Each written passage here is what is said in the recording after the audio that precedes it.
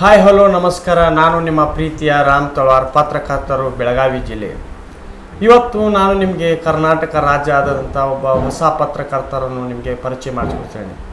ಪರಿಚಯ ಮಾಡಿಸ್ಕೊಳ್ಳೋ ಮುಂಚೆ ನೀವು ಕೂಡ ನನಗೆ ಹೇಳ್ತೀರಿ, ಏನ್ರಿ ಇವರನ್ನು ಪರಿಚಯ ಮಾಡಿಸ್ತೀರಾ ಅಂತ.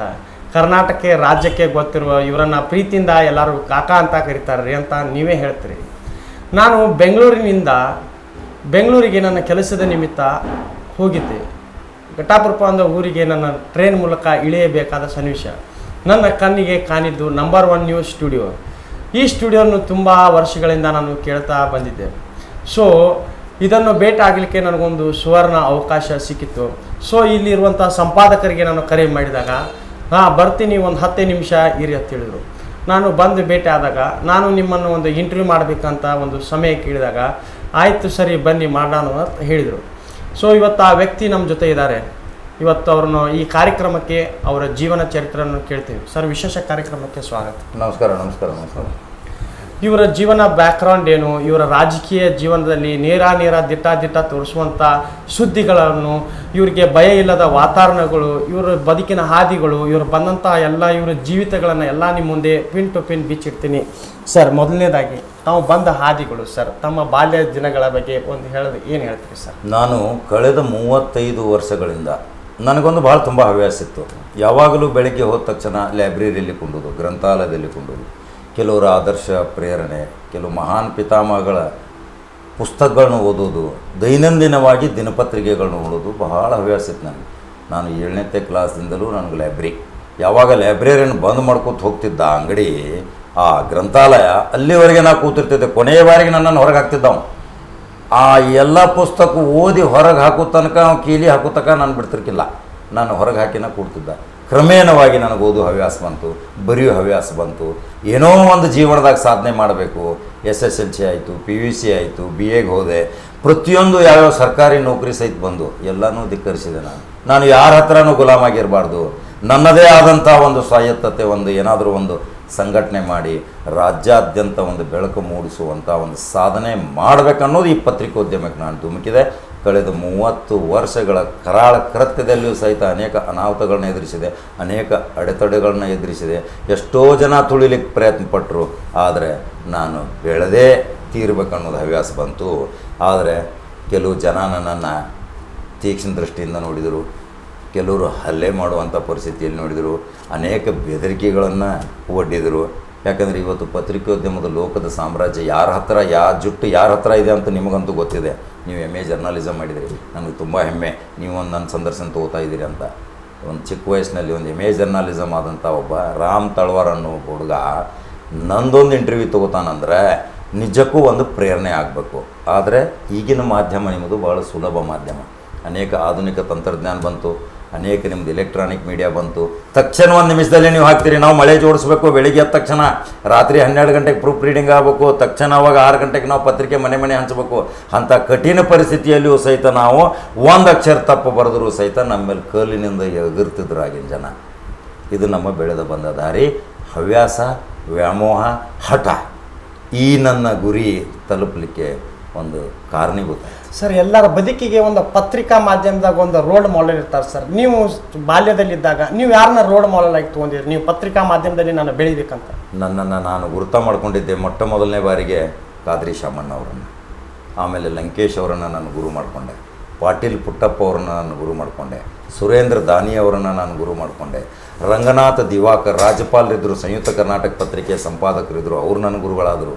ಅವ್ರ ಹತ್ರ ನಾನು ಬಹಳ ವಿನಯದಿಂದ ನನಗೆ ಎಂಥ ಕಠಿಣ ಪರಿಸ್ಥಿತಿ ಕೆಲಸ ಕೊಟ್ಟರು ಸಹಿತ, ಆ ದೃಷ್ಟಿಯಿಂದ ನನ್ನ ಮುಸಲ್ಮಾನ್ ಅಂತ ನೋಡಿದರೂ ಸಹಿತ ನನ್ನ ಹಠ ಬಿಡದೆ ನಾನು ಕಷ್ಟಪಟ್ಟು ಅವ್ರು ಹೇಳಿದ ಕೆಲಸ ಕಾಯ ವಾಚ ಮನಸಾದಿಂದ ಮಾಡಿ ನಾನು ತೀರಿಸ್ತಿದ್ದೆ. ನನ್ನ ಮೆಚ್ಕೋತಿದ್ರು ಸರ್. ನಾವು ಕೇಳಪಟ್ಟೆ ಸರ್, ರಾಮಕೃಷ್ಣ ಹೆಗಡೆ ಅವರು ಮುಖ್ಯಮಂತ್ರಿಗಳಾದಾಗ ಜಮಖಂಡಿ ಒಳಗೂ ನೀವು ಒಂದು ಹಸಿರು ಕ್ರಾಂತಿ ಪೇಪರ್ ಮೂಲಕ ಏನೋ ಒಂದು ಚಳವಳಿ ಮಾಡ್ತೀರಂತ. ಒಂದು ಕುರುಕ್ಷೇತ್ರ, ಒಬ್ಬ ಬಡವನ್ನ ಹೋಗಿ ನೀವು ವಿಧಾನಸೌಧಕ್ಕೆ ಕಳಿಸ್ತೀರಂತ. ಎಸ್, ನಿಜವಾಗಿ ಬಹಳ ಒಳ್ಳೆ ಪ್ರಶ್ನೆ ರಾಮ್ ತಳವಾರ್. ಇದು ಜಗತ್ತಿಗೆ ಗೊತ್ತಾಗಬೇಕು, ಜನರಿಗೆ ಗೊತ್ತಾಗಬೇಕು ಪತ್ರಿಕೋದ್ಯಮದಲ್ಲಿ ನಾವೇನು ಸಾಧನೆ ಮಾಡಿದೆ ಅನ್ನೋದು.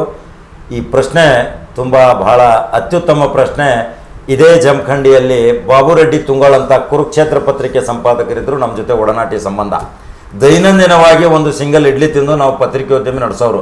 ಪ್ರಿಂಟು ಮೊಳೆ ಜೋಡಿಸ್ಬೇಕು ಮಾಡಬೇಕು. ಕುರುಕ್ಷೇತ್ರ ಪತ್ರಿಕೆ ಪ್ರತಿ ಸಾರಿ ಮುನ್ಸಿಪಾಲ್ಟಿಗೆ ಎಲೆಕ್ಷನ್ ನಿಂದಿರೋದು ಸೋಲೋದು, ನಿಂದಿರೋದು ಸೋಲೋದು. ಕೊನೆ ಬಾರಿಗೆ ಚುನಾವಣೆ, ವಿಧಾನಸಭಾ ಚುನಾವಣೆ ಬಂತು. ಆವಾಗ ರಾಮಕೃಷ್ಣ ಹೆಗಡೆಯವರ ವೈರಲ್ ಭಾಳ. ಎಲ್ಲಿ ರಾಮಕೃಷ್ಣ ಹೆಗಡೆ ಅಡ್ಡಾಡ್ತಾರೆ ಅಲ್ಲಿ ವೋಟ್ ಬ್ಯಾಂಕ್ ಅಂತ ತಿಳ್ಕೊಂಡ್ಬಿಡ್ತಿದ್ರು. ಇಂದಿರಾ ಗಾಂಧಿ ಕಾಲ ಹೆಂಗಿತ್ತು ಹಂಗೆ ರಾಮಕೃಷ್ಣ ಹೆಗಡೆ ಕಾಲ. ಆವಾಗ ನಾವು ಬಾಬುರೆಡ್ಡಿ ತಿಂಗಳವ್ರ ಜೊತೆ ನಮ್ಮ ಹತ್ರ ₹1 ಎಲ್ಲ ದುಡ್ಡಿಲ್ಲ. ನಾವು 50 ಪೈಸೆ 30 ಪೈಸೆ ಟೀ ಕುಡಿದು ಒಂದು ನಾಷ್ಟ ಮಾಡಿ ಬದುಕೋರು, ಎಲ್ಲೋ ಒಂದು ಸಣ್ಣ ರೂಮ್ದಲ್ಲಿ ಇರೋರು.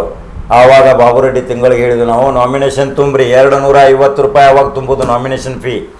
ಬಾಬುರೆಡ್ಡಿ ತುಂಗಳು ನಾವು ಚುನಾವಣಾ ಸ್ಪರ್ಧೆ ಮಾಡ್ಲಿಕ್ಕೆ ಹಚ್ಚಿದ್ವಿ ಜನತಾದಳದಿಂದ. ಆವಾಗ ನಾವು ಜನರಿಗೆ ಹೋಗಿ ಹೇಳಿದ್ದೀವಿ, ಇವತ್ತು ನಾವು ನಿಂತಿದ್ದೀವಿ ಇಲೆಕ್ಷನ್ ಈ ಸಾರಿ ಗೆಲ್ಲೇಬೇಕು ಅಂತ. ಜನ ಏನಂದ್ರೆ ಗೊತ್ತೈತೇನ್ರಿ ನಮಗೆ, ಎಷ್ಟೋ ಮುನ್ಸಿಪಾಲ್ಟಿಯಾಗ ಸೋತಾನ ಈ ಎಮ್ಮ್ಯಾಗ ಒಂದು ಕ್ವಾನ್ ಇರಲಿ ಅಂಥೇಳಿ ಒಮ್ಮೆ ವಿಧಾನಸಭಾ ಕಳಿಸಿದರು. ಅದೊಂದು ನಮಗೆ ಹೆಮ್ಮೆ. ಅದೇ ರೀತಿ ಕರ್ನಾಟಕ ಕಾರ್ಯನಿರತ ಪತ್ರಕರ್ತರ ಸಂಘದ ದಾವಣಗೆರೆದಾಗ ದೊಡ್ಡ ಪ್ರಮಾಣದ ಒಂದು ಸಮ್ಮೇಳನ ಮಾಡಿದ್ವಿ ಬಾಬುರೆಡ್ಡಿ ತಿಂಗಳವ್ರ ನೇತೃತ್ವದಲ್ಲಿ. ಕರ್ನಾಟಕ ರಾಜ್ಯ ಕಾರ್ಯನಿರತ ಪತ್ರಕರ್ತರ ಸಂಘ ಆವಾಗ ಇನ್ನೂ ಭಾಳ ಬೆಳೆದಿರ್ಕಿಲ್ರಿ. ಆವಾಗ ನಾವು ಸದಸ್ಯತ್ವ ಹೊಂದಿದ್ವಿ. ಆವಾಗಿನ ಕಾಲದಲ್ಲಿ ಬಾಬುರೆಡ್ಡಿ ತುಂಗಳು ಪತ್ರಿಕೋದ್ಯಮದಿಂದ ಒಂದು ಮೊದಲೇ ಶಾಸಕ ಆಗಿದ್ದು ಉತ್ತರ ಕರ್ನಾಟಕದ ಒಂದು ಹೆಮ್ಮೆ. ಅದೊಂದು ಮಾಡಿದ ಸಾಧನೆ ನಾವು ಇವತ್ತು ಭಾಳ ತುಂಬ ಹೆಮ್ಮೆ ಅಂತ ಹೇಳ್ತೀವಿ. ಸರ್, ಈಗ ನೀವು ಓದಂಥ ಪತ್ರಿಕಾ ಮಾಧ್ಯಮ ಫೀಲ್ಡಕ್ಕೆ ಈಗ ಬರುತ್ತಿರುವಂಥ ಯುವಕರ ಪೀಳಿಗೆ ಏನು ವ್ಯತ್ಯಾಸ ಕಾಣ್ತಾ ಇದೆ ನಿಮಗೆ? ನಿಜಕ್ಕೂ ಭಾಳ ಇಂಪಾರ್ಟೆಂಟ್ ಪ್ರಶ್ನೆ ರಾಮ್ ತಳವಾರ್. ನೀವು MA ಜರ್ನಲಿಸಮ್ ಮಾಡಿದಿರಿ, ನಾನು ಭಾಳ ತುಂಬ ಹೃದಯದಿಂದ ಸ್ವಾಗತ ಮಾಡ್ತೀನಿ, ಹೆಮ್ಮೆ ಪಡ್ತೀನಿ. ಒಬ್ಬ ಚಿಕ್ಕ ವಯಸ್ಸಿನ ಹುಡುಗ ಒಂದು MA ಜರ್ನಲಿಸಮ್ ಮಾಡ್ತಾನೆ, ಒಂದು ಪತ್ರಿಕೋದ್ಯಮದಲ್ಲಿ ಬರ್ತಾ ಇದ್ದಾನೆ ಅಂದರೆ ನಾನು ಯಾವಾಗಲೂ ಆಶೀರ್ವಾದ ರೂಪದಲ್ಲಿ ನಿಮ್ಮ ಜೊತೆ ಇರ್ತೀನಿ. ಒಂದು ತಿಳ್ಕೊಳ್ಳಿ, ಇವತ್ತಿನ ಪತ್ರಿಕೋದ್ಯಮ ಹೇಳ್ತೀನಿ, ಒಂದು ಅಕ್ಷರ ಬರೀಲಿಕ್ಕೆ ಬರೋದಿಲ್ಲ, ಒಂದು ಬಿಳಿ ಹಾಳೆ ಮೇಲೆ ತನ್ನ ಹೆಸರು ಬರೀಲಿಕ್ಕೆ ಬರೋದಿಲ್ಲ, ಒಂದು ಯಾವುದೋ ಕಚೇರಿಗೆ ಹೋಗಿ ಒಂದು ಅರ್ಜಿ ಬರೀಲಿಕ್ಕೆ ಬರೋದಿಲ್ಲ, ಜನರನ್ನು ಯಮಾರಿಸೋದು, ಜನರನ್ನು ತಪ್ಪದಾರಿಗೆ ತುಳಿಸೋದು, ಎಲ್ಲೋ ರೋಲ್ ಕಾಲ್ ಮಾಡೋದು, ಬ್ಲ್ಯಾಕ್ ಮೇಲ್ ಮಾಡೋದು, ಈ ಒಂದು ಪತ್ರಿಕೋದ್ಯಮವನ್ನು ಒಂದು ತಳಹದಿಯನ್ನು ಸತ್ಯಾನಾಶ ಮಾಡುವಂಥ ಪರಿಸ್ಥಿತಿ ನಿರ್ಮಾಣ ಇದೆ. ಅದನ್ನು ನಾವು ಕಣ್ಣಾರೆ ನೋಡ್ತಾ ಇದ್ದೀವಿ. ಈಗ ಕಣ್ಣಾರೆ ನೋಡಿಯೂ ಸಹಿತ ಕಣ್ಣಿಲ್ಲದ ಕುರುಡನಂತೆ ನಾವು ಬದುಕುವಂಥ ಪರಿಸ್ಥಿತಿ ನಿರ್ಮಾಣ ಆಗೈತಿ. ಇವತ್ತು ನೀವು ಎಲೆಕ್ಟ್ರಾನಿಕ್ ಮಾಧ್ಯಮದಲ್ಲಿ ಬಂದಿರಿ, ಇವತ್ತು ನಿಮ್ಮದೇ ಆದಂಥ ಒಂದು MA ಜರ್ನಲಿಸಮ್ ಒಂದು ಛಾಪ್ ಇದೆ, ದೊಡ್ಡ ಉನ್ನತ ಸ್ಥಾನ ಸಿಗುತ್ತೆ. ಆದರೆ ಅಲ್ಲಿ ಒಂದು ಕಪಿಮುಷ್ಟಿಯಲ್ಲಿ ನಾವು ನಲುಗಬೇಕಾಗುತ್ತೆ. ಈ ಪತ್ರಿಕೋದ್ಯಮದಿಂದ ಅಧೋಗತಿಗೆ ತಂದವರು ಯಾರು? ಶಿಕ್ಷಣ ಇಲ್ಲ. ಯಾವುದೇ ಶಿಕ್ಷಣ ಇಲ್ಲದೆ ಒಂದು ಪತ್ರಿಕಾ ಸಂಪಾದಕ ಆಗೋದು, ಏನೂ ಅವನಿಗೆ ಸಂಬಂಧ ಬರೀಲಿಕ್ಕೆ ಬರೋದಿಲ್ಲ. ಹೋಗಿ ಕಚೇರಿ ನುಗ್ಗಿ ಹಣ ಲೂಟಿ ಮಾಡೋದು, ವಸೂಲಿ ಮಾಡೋದು, ದಬ್ಬಾಳಿಕೆ ಮಾಡೋದು, ತೊಂದರೆ ಕೊಡೋದು, ಅನಗತ್ಯ ಹಸ್ತಕ್ಷೇಪ ಮಾಡೋದು, ಮಾಹಿತಿ ಹಕ್ಕು ಅರ್ಜಿ ಕೊಡೋದು. ಮಾಹಿತಿ ಹಕ್ಕು ಅರ್ಜಿಯನ್ನು ಸಹಿತ ಬರೀಲಿಕ್ಕೆ ಬರೋದಿಲ್ಲ, ಬೇರೆದವ್ರ ಹತ್ರ ಬರ್ಸ್ತಾರೆ ಇವರು. ₹10 ಪೋಸ್ಟಲ್ ಆರ್ಡ್ರ್ ಅವ್ರಿಗೆ ಗೊತ್ತಿಲ್ಲ, ಎಲ್ಲೋ ತಂದು ಇವ್ರು ಜೋಡಿಸ್ತಾರೆ. ಇವನ್ನೆಲ್ಲ ನೋಡಿದರೆ ಇವತ್ತು ಹೇಸಿಗೆ ಬರುವಂಥ ಈ ಪತ್ರಿಕೋದ್ಯಮ ಈ ಮಟ್ಟಕ್ಕೆ ಇಳಿತೆ ಅಂತ ನಾವು ವಿಚಾರ ಮಾಡಲಿಲ್ಲ. ಆದರೆ ಭಾಳ ಕೆಳಮಟ್ಟಕ್ಕೆ ಪತ್ರಿಕೋದ್ಯಮ ಬೆಳೆದಿದೆ. ಯುವಕರು ಹಾಳಾಗಕತ್ತಾರೆ ಇದರಿಂದ. ಯಾರೋ ಏನೋ ದುಡಿಯಲಾರ್ದವನು ಸಹಿತ ಇದರಲ್ಲಿ ಇದೊಂದು ಉದ್ದಿಮೆ, ಇದೊಂದು ಉದ್ಯೋಗ. ಪತ್ರಿಕೋದ್ಯಮ ಉದ್ಯೋಗ ಅಲ್ಲ, ಅದೊಂದು ಜನಸೇವೆ. ನಿಮ್ಮನ್ನ ಜನ ಯಾಕೆ ಪ್ರೀತಿಯಿಂದ ಕಾಕ ಅಂತ ಕರೀತಾರೆ? ನಿಮಗೆ ಬೀದರ್ ಇದೆ, ಅದು ಗಡಿನಾಡದಲ್ಲಿರುವಂಥ, ಅಲ್ಲಿಂದ ಕೂಡ ನಿಮಗೆ ಕರೆಗಳು ಬರ್ತಾವಂತೆ, ಮತ್ತು ನಿಮ್ಗೆ ಎಷ್ಟೋ ಅಭಿಮಾನಿಗಳಿದಾರಂತೆ. ಒಂದು ವಿಷಯ ಪಟ್ಟೆ, ನೀವು ಬೀದರ್ಗೆ ಹೋಗುತ್ತಲ್ಲಿ ಮುಖ ಸುತ್ಕೊಂಡು ಹೋಗ್ತಿರಂತ, ಅಷ್ಟು ನಿಮ್ಗೇನೋ ಫೋಟೋ ಬಸ್ ಸ್ಟ್ಯಾಂಡ್ನಲ್ಲಿ ಅಲ್ಲಿ ಜನಗಳು ಕೇಳ್ತಾ ಇರುತ್ತೆ. ನೀವು ಏನೋ ಒಂದು ಬಸ್ ಹತ್ತೋ ಟೈಮ್ನಲ್ಲಿ ನಿಮ್ಗೇನೋ ಒಂದು ಫ್ಲೈಟ್ ಬರ್ತಾ ಇದ್ರಂತೆ, ನಿಮ್ಮ ಫ್ಲೈಟ್ ಮಿಸ್ ಆಯ್ತಂತೆ. ನಿಮಗೆ ಕೇಳುವಾಗ ಅಲ್ಲಿ ನೀವು ಬಸ್ ಸ್ಟ್ಯಾಂಡ್ಗೆ ಮೂಲಕ ನೀವು ಬರೋತ್ನಾಗ ಯುವಕರೆಲ್ಲ ಬಂದು ಕಾಕಾ ಕಾಕಾ ಅಂತ ಇದ್ರು. ಇದು ಸತ್ಯನ ಸರ್? ಹೀಗೆ ನಿಜ ರಾಮ್ ಕೇಳಿದ್ದು ಪ್ರಶ್ನೆ. ನಾನು ಇವತ್ತು ನಿಮ್ಗೆ ಹೇಳ್ತೀನಿ, ಬೆಂಗಳೂರು ಹೋದರೆ, ಬಿಜಾಪುರ ಹೋದರೆ, ಗುಲ್ಬರ್ಗ ಹೋದರೆ, ನರಗುಂದ್ ನವಲ್ಗುಂದ್ ಹೋದರೆ, ಕರ್ನಾಟಕ ರಾಜ್ಯದ ಯಾವುದೇ ಕೊಪ್ಪಳ ಕುಷ್ಟಗಿ ಯಾವುದೇ ಜಿಲ್ಲೆಗೆ ಹೋದರೂ ಸಹಿತ ನಾನು ತಿರುಗಾಡೋದು ಕಠಿಣ ಆಗಿದೆ. ನನಗೆ ಮುಗಿ ಬೀಳ್ತಾರೆ ಅಭಿಮಾನಿಗಳು. ಪಾಪ ದೇವರು ಅಭಿಮಾನಿಗಳು ಒಂದು ಶಕ್ತಿ ಕೊಟ್ಟಿದ್ದಾನೆ. ಸೆಲ್ಫಿ ತಗೋತಾರೆ, ಒಂದು ಸರ್ ನಿಮ್ಮ ಜೊತೆ ಒಂದು ಫೋಟೋ ಬೇಕು. ರಾಜಧಾನಿ ಆಗಲಿ, ವಿಕಾಸಸೌಧ ಆಗಲಿ, ವಿಧಾನಸೌಧ ಆಗಲಿ, ಸುವರ್ಣಸೌಧ ಆಗಲಿ, ಬೀದರ್ ಗುಲ್ಬರ್ಗ ಅಂತೂ ನಾನು ತಿರುಗಾಡೋದು ಕಠಿಣ. ಎಷ್ಟೋ ಕೋಟ್ಯಾಂತರ 5,60,00,000 ಅಭಿಮಾನಿಗಳು ನಮ್ಮ ರೀಚ್ ಆಗಿದ್ದಾರೆ ಈಗ. ಅದರಲ್ಲಿ ಒಂದು ಕನಿಷ್ಠ 10 ಲಕ್ಷ ಅಂತೂ ಜನ ನನಗೆ ಸಿಗ್ತಾರೆ. ಎಲ್ಲಾದರೂ ನೋಡ್ತಾರೆ ಕೆಳಗಿಂದ ನಮಗಿಂದು, ಕಾಕ ನೀವೇ ಹೌದಲ್ಲ, ಕಾಕನ ಮಾತಾಡಿಸ್ಬೇಕು, ಕಾಕ ಒಂದು ಫೋಟೋ, ಏನು ಚಂದ ಸುದ್ದಿ ಹೇಳ್ತೀರಿ ಕಾಕ. ನಮ್ಮದು ಯಾಕೆ ನನ್ನ ಅಭಿಮಾನಿಗಳು ಹೆಚ್ಚಾಗಿ ಬಿಟ್ಟಿದ್ದಾರೆ ಅಂದರೆ, ಸೊಗಡ ಭಾಷೆ, ಗಟ್ಟಿತನ, ಒಂದು ನೇರ ದಿಟ್ಟ ನಿರಂತರ. ನಮ್ಮ ಜವಾರಿ ಭಾಷೆದಾಗ ನಾವು ಮಾತಾಡ್ತೀವಿ ರೀ, ಕಾರ್ವೇಳಿ ಕಡಕ್ ರೊಟ್ಟಿ ನಾವು ತಿಂದವ್ರು, ಆ ಬದುಕಿದವ್ರು. ನನ್ನ ಭಾಷೆಗೆ ನಾ ಹೆಮ್ಮೆ ಪಡ್ತೀನಿ ವಿನಃ ಮತ್ತೊಂದು ಭಾಷೆ ಅನುಕರಣೆ ಮಾಡಿ ಅದ್ರ ಜೊತೆ ಕಾಂಪ್ರಮೈಸ್ ಮಾಡೋದ್ರೆ ನನಗಾಗೋದಿಲ್ಲ. ನನ್ನ ಭಾಷೆ, ನನ್ನ ಜಲ ನಾ ಪರಮಸಿದ್ಧ ಹಾಕೋಣ. ಹಾಗಾದರೆ ನೀವು ಹಸಿರು ಕ್ರಾಂತಿ ಹರೇಕರ ಸರಳತೆ ನೇತಾರ ಅಂತ ಬಾಬು ಜಗಜೀವನ್ ರಾಮ್ ಅವರಿಗೆ ಯಾವ ರೀತಿ ಅವರ ಸಿಂಪ್ಲಿಸಿಟಿ ಇದ್ರು ಆ ರೀತಿ, ಬಟ್ ನನ್ನ ಭಾಷೆ, ನನ್ನ ನೆಲ, ನನ್ನ ನುಡಿ ಬಿಟ್ಟುಕೊಡಬಾರ್ದು ನಿಮ್ಮ ಹಠ. ನಿಜಕ್ಕೂ ಅವರಿಗೆ ಗೌರವಪೂರ್ವಕವಾದ ಒಂದು ಶ್ರದ್ಧಾಂಜಲಿ, ಒಂದು ಗೌರವ ಅರ್ಪಣೆ ಮಾಡ್ತೀನಿ. ಭಾರತದ ಉಪ ಪ್ರಧಾನಮಂತ್ರಿ ಜಗಜೀವನ್ ರಾಮ್ ಹಸಿರು ಕ್ರಾಂತಿ ಹರಿಕಾರ. ನಿಜಕ್ಕೂ ಈ ಪತ್ರಿಕೋದ್ಯಮ ಈಗೇನೋ ಒಂದು ದೊಡ್ಡವರ ಆಶೀರ್ವಾದ, ಒಂದೇನೋ ಬೆಳಿಬೇಕನ್ನೋದು ಒಂದು ಹಠ ಇತ್ತು, ತುಳಿಬೇಕನ್ನೋದು ಅವ್ರಿಗೆ ಹಠ ಇತ್ತು, ನಾ ಬೆಳಿಬೇಕನ್ನೋದು ನನಗೆ ಚಟ ಇತ್ತು, ನಾ ಬೆಳೆದು ತೀರಿದೆ.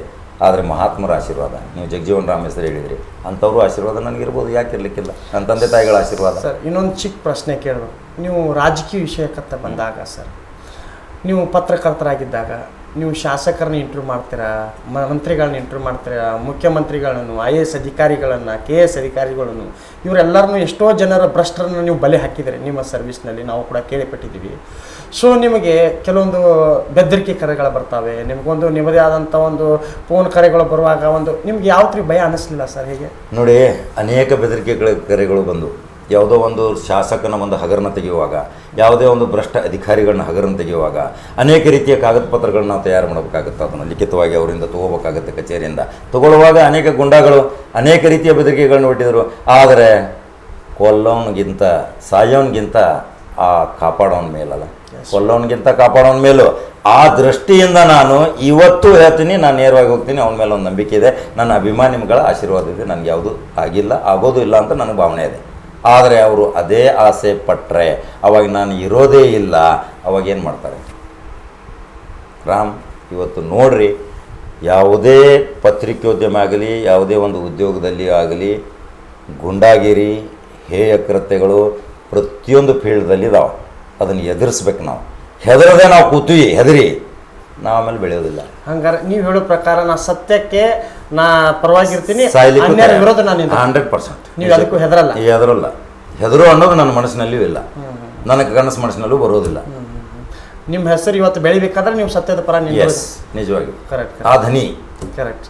ಸರ್ ಇನ್ನೊಂದು ಪ್ರಶ್ನೆ ಸರ್, ತಾವುಗಳು ಯಾವತ್ತು ಬಟ್ಟೆಗಳನ್ನು ನೋಡುವಾಗ ಸರ್, ತಾವು ವೈಟ್ ಪ್ಯಾಂಟ್ ವೈಟು ಮತ್ತು ವೈಟ್ ಶರ್ಟ್ ಹಾಕ್ಕೊಂಡು ಪಬ್ಲಿಕ್ನಲ್ಲಿ ಅಡ್ಡಾಡ್ತೀರಿ ಸರ್. ನೀವು ಮಾಧ್ಯಮ ಲೋಕಕ್ಕೆ ರಾಜೀನಾಮೆ ಕೊಟ್ಟು ರಾಜಕೀಯ ಬರ್ತೀರೇನು, ಹೇಗೆ ಸರ್? ನೋಡಿ, ಜನ ಎಲ್ಲರೂ ಮಾತಾಡ್ತಾರೆ. ನಾನು ವಿಧಾನಸೌಧಕ್ಕೆ ಹೋದಾಗೂ ಸಹಿತ ಇವರೆಲ್ಲಿ ಶಾಸಕರಿದ್ರಲ್ಲ, ಯಾರು ಇವರು ಶಾಸಕರು ಇರ್ಬೋದು ಅಂತ ನನಗೆ ಪಾಪ ಗನ್ಮ್ಯಾನು ಆ ಕಡೆ ಬಿಡೋರು, ಗೇಟ್ನಲ್ಲಿ ಇದ್ದವರು ಸೆಲ್ಯೂಟ್ ಹೊಡೆದು ಬಿಟ್ಬಿಡ್ತಾರೆ. ನನಗೆ ಮುಜುಗರ ಆಗುತ್ತೆ. ನಾ ಅಲ್ರಿ ಶಾಸಕ, ನಾನು ಪತ್ರಕರ್ತ, ನಾನು ಒಳಗಡೆ ಹೋಗ್ಬೇಕಾಗಿದೆ, ಭೇಟಿ ಆಗ್ಬೇಕು. ಇಲ್ಲ ಸರ್, ನಿಮ್ಮನ್ನೆಲ್ಲೂ ನೋಡಿದ್ದೀವಿ ನಾವು, ನೀವು ಶಾಸಕರು. ಈಗ ಅದನ್ನು ಬಿಟ್ಟಿದ್ದಾರೆ ಜನ. ಅಲ್ಲಿ ಪೊಲೀಸರು ವಿಧಾನಸೌಧದಲ್ಲಿ ಕಾಕಾ, ಜವಾರಿ ಕಾಕಾ, ಉತ್ತರ ಕರ್ನಾಟಕ ಕಾಕಾ, ನ್ಯೂಸ್ದಾಗ ಹೇಳ್ತಾರೆ ನೋಡಿ, ಫೇಸ್ಬುಕ್ದಾಗ ಬರ್ತಾರೆ, ಯೂಟ್ಯೂಬ್ದಾಗ ಬರ್ತಾರೆ ಅಂತ ಹೇಳ್ತಾರೆ. ಬಿಳಿ ಬಟ್ಟೆ, ಮನಸ್ಸು ಸ್ವಚ್ಛ ಇರಬೇಕು, ಒಂದು ಸ್ವಚ್ಛದ ಒಂದು ಜನರಿಗೆ ಒಂದು ಸಂದೇಶ ಕೊಡಬೇಕು ಅನ್ನೋ ಒಂದು ಬಿಳಿ ಬಟ್ಟೆ ಆಸೆಯಿಂದ ಹಾಕೋತೀನಿ ವಿನಃ ಇದಕ್ಕೆ ಯಾವುದೂ ರಾಜಕೀಯ ನಂಟಿಲ್ಲ. ಎಂದೋ FM ಖಾನ್ ಸಾಹೇಬ್ರಿದ್ರು, ಅವಾಗೇ ನಾಮಿನೇಟ್ ಮಾಡಿಬಿಡ್ತಿದ್ರು, ನಾನು MLC ಆಗ್ತಿದ್ದೆ, ಮಂತ್ರಿ ಆಗ್ತಿದ್ದೆ. FM ಖಾನ್, ಫೈಜ್ ಮೊಹಮ್ಮದ್ ಖಾನ್ ಮಡಿಕೇರಿ ಅವರು. ಅವಾಗ ರಾಜ್ಯ ಎಲ್ಲ ಕರ್ನಾಟಕ ರಾಜ್ಯದಲ್ಲಿ ಅವ್ರದ್ದೇ ದರ್ಬಾರು ಕಾಂಗ್ರೆಸ್ದಲ್ಲಿ. ಅವರಂಥ ಗರಡಿಯಲ್ಲಿ ಪಳಗಿದವ್ರನ್ನ, ಗುಂಡೂರಾವ್ರನ್ನ ರಾತ್ರಿ 24 ತಾಸದಲ್ಲಿ MLA ಇಲ್ಲ, ಏನೂ ಇಲ್ಲ. ಗುಂಡೂರಾವ್ರನ್ನ ಮುಖ್ಯಮಂತ್ರಿ ಮಾಡಿದಂಥ ಫೈಜ್ ಮೊಹಮ್ಮದ್ ಖಾನ್ ಅವರಿಲ್ಲ. ಇವತ್ತು ಮಡಿಕೇರಿಯವರು ರಾಜ್ಯಸಭಾ ಸದಸ್ಯರು. ಸತತ ಇಂದಿರಾ ಗಾಂಧಿ ನನ್ನ 3ನೇ ಮಗ ಅಂದರೆ ಫೈಜ್ ಮೊಹಮ್ಮದ್ ಖಾನ್ ಅಂತಿದ್ರು. ಇತಿಹಾಸ ತೆಗೆದು ನೋಡ್ರಿ. ಅವಾಗಿಂದ ನಾನು ಅವ್ರ ಫಾಲೋವರ್ಸ್ ಆಗಿ ಬಂದವನು. ಎಂದೋ ರಾಜಕಾರಣ ಮಾಡ್ಬೇಕಾದ್ರೆ ಎಂದೋ ಆಗ್ತಿದ್ದೆ. ನಾನು ಯಾವುದೇ ಪಕ್ಷದ ಸದಸ್ಯ ಇಲ್ಲ, ಯಾವುದೇ ಪಕ್ಷದ ಮೆಂಬರ್ ಇಲ್ಲ, ಯಾವುದೇ ಪಕ್ಷದ ಜೊತೆ ಒಡನಾಟಿ ಸಂಬಂಧ ಇಲ್ಲ. ಎಲ್ಲ ಪಕ್ಷದವ್ರನ್ನ ಹೀಯಾಳಿಸ್ತೀನಿ, ಬೇಯ್ತೀನಿ. ಯಾರು ತಪ್ಪು ಮಾಡಿದ್ದಾರೆ ಅವ್ರನ್ನ ಬಹಿರಂಗ ತರ್ತೀನಿ. ಈ ನನ್ನ ದೇಹ. ಆದರೆ ಮನಸ್ಪಟ್ಟರೆ ಶಾಸಕ ಆಗ್ಬೋದು, ಮಂತ್ರಿನೂ ಆಗ್ಬೋದು. ಆದರೆ ಆಸೆ ಇಲ್ಲಲ್ಲ, ರಾಜಕಾರಣ ಮಾಡ್ಬೇಕು ಅನ್ನೋದಿಲ್ಲ. ಅದು ಕಲ್ಮಶ ವಾತಾವರಣದ ಒಂದು ಗಡ್ರ ನೀರು ಅಂತೀನಿ. ನೀವೇನಂತೀರಿ? ಕರೆಕ್ಟ್. ಮತ್ತು ಇನ್ನೊಂದು ಸರ್, ತಮ್ಮ ಜೀವನದಲ್ಲಿ ಪತ್ರಿಕಾ ಮಾಧ್ಯಮ ಫೀಲ್ಡ್ದಲ್ಲಿ ಬಂದಾಗ ಸರ್, ನಿಮ್ಮ ಮನಸ್ಸಿಗೆ ನೀವು ಕೆಲಸ ಮಾಡಿದ ಒಂದು 3 ಸಂತೋಷಗಳು ಸುದ್ದಿಗಳು ಯಾವಾಗ ಹೇಳ್ತೀರಾ? ಸಂತೋಷದ ಸುದ್ದಿ ನೋಡಿ, ಏನೋ ಒಂದು ಬದಲಾವಣೆ ಮಾಡಿದ ಸಮಾಜ, ಒಂದು ಏನೋ ಅರಸಿ ಬಂದಿರ್ತಾರೆ ನನ್ನ ಕಚೇರಿಗೆ, ಏನೋ ಒಂದು ಘಟನೆ ತೊಗೊಂಡು, ಸರ್ ನಮ್ದೊಂದು ಕೆಲಸ ಆಗಬೇಕು, ಇದೊಂದು ಆಗಲಿಲ್ಲ. ಎಷ್ಟೋ ದಿನದಿಂದ ನೆನಗುದಿಗೆ ಬಿದ್ದಿದೆ. ನಾವು ಭಾಳ ದಿನ ಆ ಥರ ಓದಿವಿ, ಆಗಲಿಲ್ಲ. ಶಾಸಕರ ಮಂತ್ರಿ ಆದರೂ ನಮಗೆ ಕೆಲಸ ಮಾಡಲಿಲ್ಲ ಇದು ಸರ್ ಅಂತ. ನಾನು ಅವಾಗ ಏನೋ ನನ್ನ ಒಂದು ದೂರವಾಣಿ ಮುಖಾಂತರ ಒಂದು ಕಾಲ್ಗೋ ಏನೋ ನನ್ನ ಮೇಲೆ ಒಂದು ಅಭಿಮಾನ ಇಟ್ಕೊಂಡು ಏನೋ ಹೆದರಿಕೆಯಿಂದಲೂ ಆ ಕೆಲಸ ಮಾಡಿದ್ದು ನೋಡಿದ್ರೆ ನನಗೆ ಸಂತೋಷ. ಈ ಜೀವನದಲ್ಲಿ ನನಗೆ ಪರಿವರ್ತನೆ ಮತ್ತು ಒಂದು ಪ್ರೊಕ್ಲೇಮ್ ಅಂದರೆ ಜ್ಞಾನೋದಯ ಹೆಂಗಾಗ್ತೈತಿ, ಹಂಗೆ ಆ ಜನ ಖುಷಿಯಿಂದ ಬಂದು ನನ್ನ ಕಚೇರಿಗೆ ಹೇಳ್ತಾರೆ, ಆಯ್ತು ಸರ್ ನೀವು ಹೇಳಿದ ಕೆಲಸ ಒಂದು ಕಾಲ್ ಮಾಡಿದರೆ ನನ್ನ ಕೆಲಸ ಆಯಿತು. ವಿದ್ಯಾಭ್ಯಾಸಕ್ಕೆ ಬರ್ತಾರೆ, ಹಾಸ್ಟೆಲ್ ಸಲುವಾಗಿ ಬರ್ತಾರೆ, ಫೀಸ್ ಇಲ್ಲ ಅಂತ ಬರ್ತಾರೆ. ಅದು ನಾವು ಎಷ್ಟೋ ಜನರಿಗೆ ಒಂದು ಪರಿಹಾರ ರೂಪದಲ್ಲಿ ಕೊಡ್ತೀವಿ. ನಿಮ್ಮಂಥ ಕೋಟ್ಯಾಂತರ ಅಭಿಮಾನಿಗಳು ಇರ್ತಾರೆ, ಅವ್ರಿಗೆ ಫೋನ್ ಮಾಡ್ತೀನಿ, ಸರ್ ಆ ಹುಡುಗಿಗೆ ಒಂದು ಸ್ವಲ್ಪ ಫೀಸ್ ಇಲ್ಲ, ಹುಡುಗನಿಗೆ ಒಂದು ಸ್ವಲ್ಪ ಫೀಸ್ ಕಟ್ಟಲಿಕ್ಕಿಲ್ಲ, ಒಂದು ಸ್ವಲ್ಪ ದುಡ್ಡು ಹಾಕಿರಿ ಅಂತ ಅಭಿಮಾನಿಗಳು ನಮಗೆ ಹೇಳಿದ ತಕ್ಷಣ ಹಾಕಿದ್ದಾರೆ. ಮೊನ್ನೆ ಒಂದು ಕರುಳು ಟ್ರಾನ್ಸ್ಪ್ಲಾಂಟ್ ಇತ್ತು, 5 ವರ್ಷದ ಮಗುದು, 25 ಲಕ್ಷ ರೂಪಾಯಿ ಬೇಕಾಗಿತ್ತು. ನಮ್ಮದೊಂದು ವಿಡಿಯೋ ಮಾಡಿದ್ದೀವಿ, ಅದಕ್ಕೆ ಲಕ್ಷಾಂತರ ರೂಪಾಯಿ ದುಡ್ಡು ಹಾಕಿದ್ರು ಜನ ಅವ್ರ ಫೋನ್ಪೇಗೆ. ಆ ಮಗು ಬದುಕುತ್ತೆ, ಅವನ ಆಶೀರ್ವಾದ ಇದೆ. ಈ ಜನರು ಕೊಟ್ಟಿದ್ದ ದುಡ್ಡಿನ ಆಶೀರ್ವಾದ ಇದೆ. ಇದೊಂದು ಸಾಮಾಜಿಕ ಚಟುವಟಿಕೆ, ಅದು ನನಗೆ ಖುಷಿ ಆಗುತ್ತೆ ಇಂಥದ್ದೊಂದು ಕೆಲಸ ಮಾಡಿದ್ದಪ್ಪ ಅಂತ. ಸರ್ ನಿಮ್ಮ ಎಜುಕೇಷನ್ ಎಲ್ಲ ಎಲ್ಲಿ ಮಾಡಿದ್ರಿ ಸರ್? ನಾನು BA ಬೆಳಗಾಂದಲ್ಲಿ ಮಾಡಿದೆ, ಜರ್ನಲಿಸಮ್ ಮೈಸೂರು ಯೂನಿವರ್ಸಿಟಿಯಿಂದ ಮಾಡಿದೆ. ನಾನು ಆಮೇಲೆ ಮುಂದಿನ ಹೆಚ್ಚಿನ ವ್ಯಾಸಂಗ ನನಗೂ ಕಲಿಯುವ ಆಸೆ ಇತ್ತು. ಆದರೆ ನಮ್ಮದು ಆರ್ಥಿಕ ತೊಂದರೆ, ಮನೆತನ ಪರಿಸ್ಥಿತಿ, ನಾವೇನು ಗರ್ಭ ಶ್ರೀಮಂತದಿಂದ ಬಂದವರಲ್ಲ, ಕಡು ಬಡತನದಿಂದ ಬಂದವರು, ಕೆತ್ತು ತಿನ್ನುತ್ತಿರೋ ಬಡತನ. ಶಿಕ್ಷಣಕ್ಕೆ ಹೋಗ್ಲಿಕ್ಕೆ ನಾವು 7ನೇ ಆದರೂ ನಮಗೆ ಚಪ್ಪಲ್ ಇದ್ದಿರಲಿಲ್ಲ, 8ನೇ ಕ್ಲಾಸಿಗೆ ಚಪ್ಪಲ್ ಬಂತು. ಸರ್ ಕೆಲವೊಂದು ಜನ ನಿಮ್ಮ ಕಾಮೆಂಟ್ಸ್ಗಳಿಗೆ ಟೀಕೆ ಮಾಡ್ತಿರ್ತಾರೆ, ನೀವು ಕಾಕಾ ಅವರು ಕಾಂಗ್ರೆಸ್ ಪರ ಒಲವು ಮಾಡ್ತಾರಂತ, ಅದು ಸತ್ಯನ ಏನು ಹೇಳ್ತೀರಿ ಜನರ? ನಿಜ ನೋಡಿ, ನಾನು ಅನೇಕ ವಿಡಿಯೋಗಳನ್ನ ನೀವು ತೆಗೆದು ನೋಡೋದಿಲ್ಲ ಜನ. ಇವತ್ತು ಕಾಂಗ್ರೆಸ್ದ ಪರವಾಗಿ ನಾನು ಯಾರ್ದೋ ಒಂದು ಅಭ್ಯರ್ಥಿ ಬಗ್ಗೆ ಮಾತನಾಡಿದ ತಕ್ಷಣ ನಾನು ಕಾಂಗ್ರೆಸ್ ಪರವಾಗಿ ಅಂತಾರೆ. ನಾನು ಅನೇಕ ಪ್ರತಿಭಾವಂತ BL ಸಂತೋಷದಂತ 10-20 ವಿಡಿಯೋ ಮಾಡಿದೆ, ವಾಜಪೇಯಿ ಅವ್ರದ್ದು ವಿಡಿಯೋ ಮಾಡಿದೆ, ಮೋದಿ ಅವ್ರದ್ದು ವಿಡಿಯೋ ಮಾಡಿದೆ. ಇಲ್ಲೇ ನಮ್ಮ MP ಇದ್ದಾರೆ ಕಡಾಡಿ, ಮಹಾಂತೇಶ್ ದೊಡ್ಡಗೌಡರು ಇದ್ದಾರೆ, ಎಂತೆಂಥ ವಿಶ್ವನಾಥ್ ಪಾಟೀಲ್ ಇದ್ದಾರೆ, ಎಂಥ ಒಳ್ಳೆ ಸರಳ ಸಜ್ಜನಿಕೆ ರಾಜಕಾರಣಿ. ಮಹಾಂತೇಶ್ ಕೌಟಗಿ ಮಠ ಇದ್ದಾರೆ, ಎಂಥ ಒಳ್ಳೆ ರಾಜಕಾರಣಿ. ಎಂತೆಂಥವ್ರದ್ದು ನಾವು ಮಾಡಿದರೂ ಸಹಿತ ನಮ್ಮ ವಿಡಿಯೋಗಳನ್ನ ತೆಗಿಬೇಕು, ಪರಿಶೀಲನೆ ಮಾಡಬೇಕು. ಕಾಮೆಂಟ್ ಹಾಕುವಾಗ ಒಂದು ಸ್ವಲ್ಪ ಹುಚ್ಚು ಕಲ್ಪನೆ ಬಿಟ್ಟು ತಲೆ ತಿರ್ಕನ ಹಾಗೆ ಕಾಮೆಂಟ್ಗಳನ್ನ ಹಾಕ್ಬಾರ್ದು. ನಾನು ಕಾಮೆಂಟ್ ಅಂತೂ ಯಾವುದೂ ನೋಡೋದಿಲ್ಲ. ನನಗೆ ಟೀಕೆ ಹೆಚ್ಚು ಬರ್ಬೇಕನ್ನೋದು ನನಗೆ ಆಸೆ. ನನಗೆ ಎಷ್ಟು ಬೈತೀರಾ ಅಷ್ಟು ನನ್ನ ಆಯುಷ್ಯ ಹೆಚ್ಚಾಗುತ್ತೆ ಅಂತ ನಾನು ತಿಳ್ಕೊತೀನಿ. ಈ ಉದ್ದೇಶ. ಸರ್ ಮಾಧ್ಯಮ ಲೋಕದಲ್ಲಿ ಇವತ್ತಿನ ಯುವಕ ಪತ್ರಕರ್ತರು ಸರ್, ಮಹಿಳೆಯರಾಗಿರ್ಬೋದು, ಹುಡುಗರಾಗಿರ್ಬೋದು ಸರ್ ಅವರಿಗೆ ಒಂದು ಸರ್ಟಿಫಿಕೇಟ್ ಇದೆ.